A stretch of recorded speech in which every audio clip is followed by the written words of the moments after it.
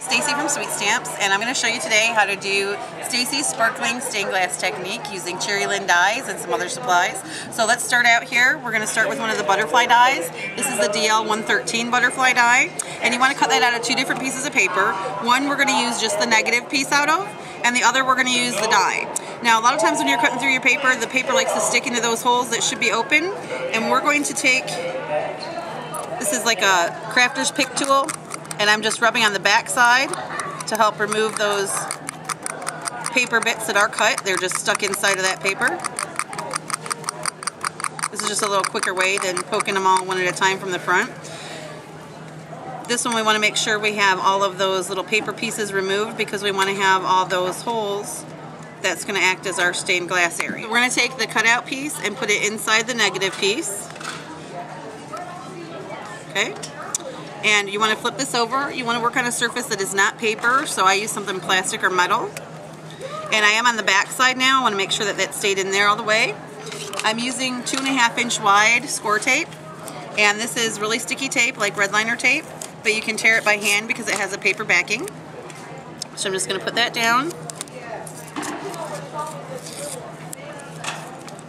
And now we have a taped surface.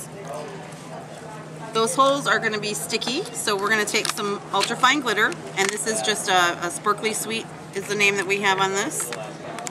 It's just an ultrafine transparent glitter. It goes with everything, and the glitter is going to stick in those holes. Now when I had cut this through the die cut machine, I did put a little piece of removable tape here to hold the die in place so I could get the window in the right spot, and that little residue is going to make the glitter stick to it, so we're just going to brush that away.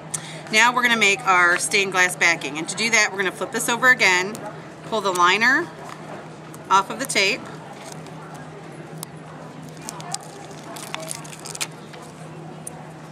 and we're going to take a piece of 36-pound vellum and place that on the back, the opening, cover all that tape up,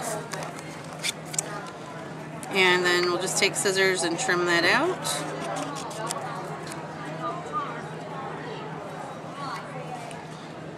The base that I have here is a Cheery Lynn die cut. It's one of the stackers dies. It's the coved rectangle stacker, so that's what made the shape, and then I set the butterfly die on top of that. So we're just going to press that down, and we're going to take some markers. I'm using some fade resistant markers. These are the Pit Pens by Faber-Castell, and they're an India ink, so they're fade resistant, so I don't have to worry about it fading away on my vellum. And just color here and there. You could also color with Copics, color pencils, watercolor pencils, basically anything you can color with on vellum. Remember, your colors are going to look lighter on the other side because it's going through that transparent tape and the glitter.